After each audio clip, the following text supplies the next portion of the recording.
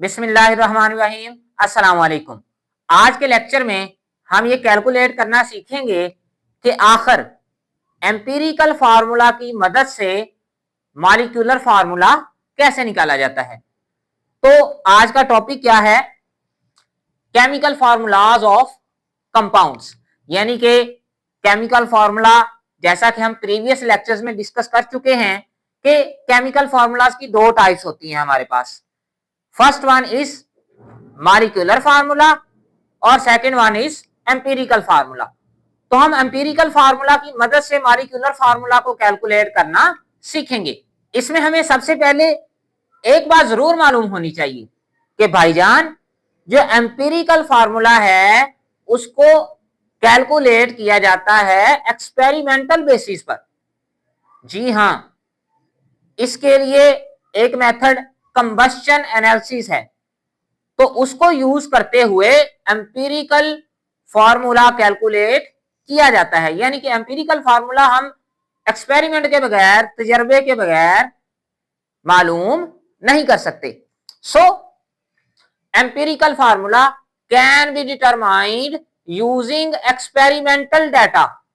हम तजर्बा करके जो डाटा हासिल करेंगे उससे एम्पिरिकल फार्मूला हम कैलकुलेट कर सकते हैं। अब डाटा कौन सा हासिल करेंगे हम? On mass percent composition of the compound. Mass percent composition क्या होती है? फर्ज करें आपके पास कोई एक कंपाउंड है और उसको हमने तजर्बा किया, उसके ऊपर कंबस्शन एनालिसिस किया, तो उसके अंदर कार्बन की जो तादाद है वो आई 15% और इसी तरह ऑक्सीजन इसके अंदर लेट्स सपोज 50% है, हाइड्रोजन इसके अंदर लेट्स सपोज 10% है। तो that is mass percentage composition. तो हाइड्रोजन का जो मैस है इस कंपाउंड के अंदर वो 10% है, कार्बन का 15% और ऑक्सीजन का 50% या फीसद। तो ये तजर्बे से हमने डाटा लिया है, इसकी मदद से हम एम्पिरिकल फार्मूला कैलकुलेट कर सकते हैं। तो एम्पिरिकल फार्मूला तो एक्सपेरिमेंटल डाटा, तजर्बे के बाद हासिल किया जाता है, लेकिन एम्पिरिकल फार्मूला हासिल होने के बाद हम उसकी मदद से मॉलिक्यूलर फार्मूला कैलकुलेट कर सकते हैं। So molecular formula is then calculated by the following relationship. इस फार्मूला को यूज करते हुए हम मॉलिक्यूलर फार्मूला कैलकुलेट कर सकते हैं। ये फार्मूला क्या है आपके पास? That molecular formula is equal to n multiply by empirical formula. तो आपके पास अगर दो चीजें मौजूद हो, एम्पिरिकल फार्मूला भी हो कंपाउंड का और एन भी हो, तो आप मॉलिक्यूलर फार्मूला कैलकुलेट कर सकते हैं। अब एन का तो हमें पता नहीं है, एम्पिरिकल फार्मूला मैंने बता दिया कि एक्सपेरिमेंटल डाटा की बेस पर डिटरमाइन किया जाता है। तो एन को कैलकुलेट करने का भी फार्मूला साथ ही बुक के अंदर मेंशन है। N is equal to molar mass divided by empirical formula mass. तो एग्जांपल से इसे समझते हैं। Empirical formula of hydrogen peroxide HO। Hydrogen peroxide empirical formula उन्होंने दिया हुआ है, दैट इज HO, और इसका मोलर मैस भी दिया हुआ है, दैट इज 34। तो हम क्या करेंगे कि इसका मॉलिक्यूलर फार्मूला कैलकुलेट करेंगे। तो मॉलिक्यूलर फार्मूला कैलकुलेट करने के लिए हमें दो चीजें रिक्वायर हैं, एक एम्पिरिकल फार्मूला जो कि उन्होंने हमें खुद ही दे दिया, और दूसरा है एन। अब एन कैलकुलेट करने के लिए भी हमें दो चीजें चाहिए, एक मोलर मैस चाहिए और दूसरा हमें चाहिए empirical formula mass. Molar mass तो उसने हमें दे दिया 34। एम्पिरिकल फार्मूला मैस क्या होता है? देखें, जो एम्पिरिकल फार्मूला का मैस होगा वो एम्पिरिकल फार्मूला मैस है। जैसे ये इसका एम्पिरिकल फार्मूला है HO, तो इसके अंदर जितने भी एटम्स मौजूद हैं सबका एटॉमिक मैस जमा कर लें तो वो एम्पिरिकल फार्मूला मास आ जाएगा। इसमें हाइड्रोजन का एटॉमिक मास 1 है और ऑक्सीजन का 16, तो इसका जो एम्पिरिकल फार्मूला मास आएगा वो आएगा 17। ऑक्सीजन का एटॉमिक मास 16 होता है या मास नंबर 16 होता है, हाइड्रोजन का 1 होता है।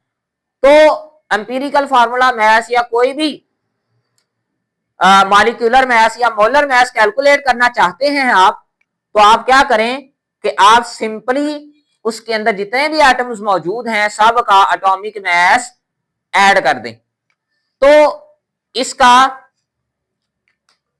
n या n वैल्यू कैसे कैलकुलेट करेंगे, n इज इक्वल टू ऊपर मोलर मास आ जाएगा जो कि 34 है और नीचे एम्पिरिकल फार्मूला मास जो कि हमने निकाला है 17, तो n की वैल्यू क्या आ जाएगी 2, दोनों को डिवाइड करने से।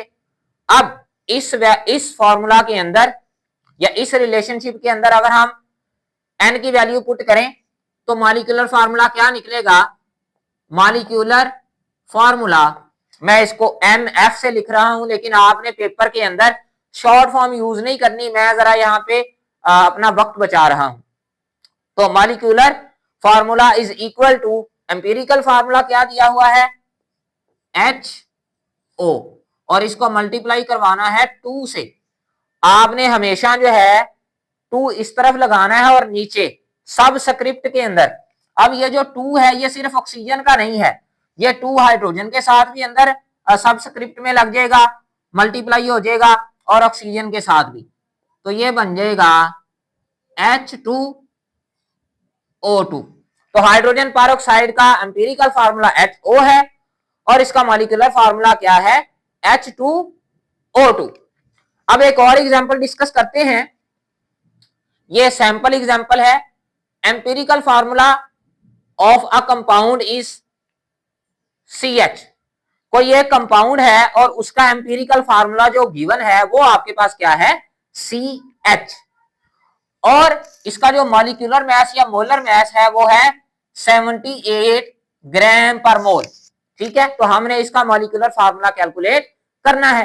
तो वही सबसे पहले आप n की वैल्यू कैलकुलेट करें। n की वैल्यू कैलकुलेट करने के लिए आपको दो चीजें चाहिए, पहला मोलर मास जो कि 78 है, दूसरा आपको चाहिए empirical formula mass. Empirical formula mass वो कैसे कैलकुलेट करेंगे, इसमें आप देखें कि ये जो कार्बन है इसका मास एटॉमिक मास 12 होता है, हाइड्रोजन का एटॉमिक मास 1, तो इसका जो एम्पिरिकल फार्मूला मास है 12 + 1 कितना हो गया 13। तो डिवाइड करेंगे n की वैल्यू कितनी निकल आएगी 6।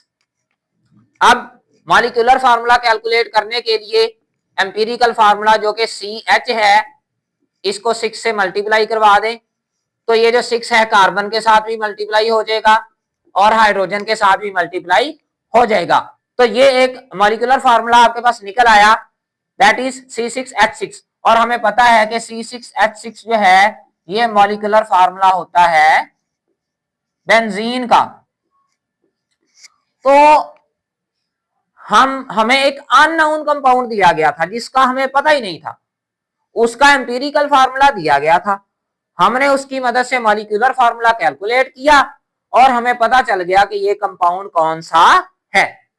अब इसी एग्जाम्पल के नीचे हमारे टॉपिक के बाद एक छोटी सी एक्सरसाइज दी गई है जिसमें दो प्रॉब्लम्स पूछी गई हैं, तो इनको देखते हैं। फर्स्ट प्रॉब्लम इसमें क्या है, that empirical formula of a compound is CH2O। एक कंपाउंड है उसका एम्पिरिकल फार्मूला कितना है CH2O, it's molar mass is 180 ग्राम पर मोल। इसका जो मोलर मास है वो 180 ग्राम पर मोल है, ठीक है, ग्राम पर मोल।